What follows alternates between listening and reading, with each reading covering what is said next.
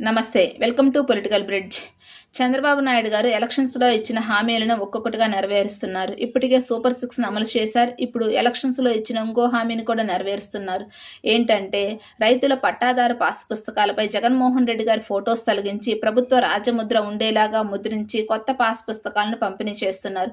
దీనికోసం 50 కోట్ల వరకు నిధులు కూడా ఖర్చు చేశారు. ఇది నిజంగా రైతులకి గుడ్ న్యూసే. ఇది కూటమి ప్రభుత్వానికి కూడా ఒక శుభ పరిణామం. ఎందుకంటే జగన్మోహన్ రెడ్డి గారు 11 స్థానాలకు పడిపోవడానికి అనేక కారణాలున్నాయి. అందులో ఒకటి ఈ ల్యాండ్ టైటిలింగ్ యాక్ట్. రైతుల పట్టాదారు పాసు పుస్తకాలపై జగన్మోహన్ రెడ్డి గారి ఫోటో ఉండడాన్ని రైతులు తీవ్రంగా వ్యతిరేకించారు. ఎందుకంటే ఎవరి ఆస్తులపై వాళ్ళ ఫోటో ఉండాలి, లేదంటే ప్రభుత్వం యొక్క సింబల్ ఉండాలి. అలా కాకుండా వేరే వ్యక్తుల ఫోటోస్ ఉండడం వల్ల రైతులలో కూడా జగన్మోహన్ రెడ్డి గారిపై తీవ్ర వ్యతిరేకత ఏర్పడింది.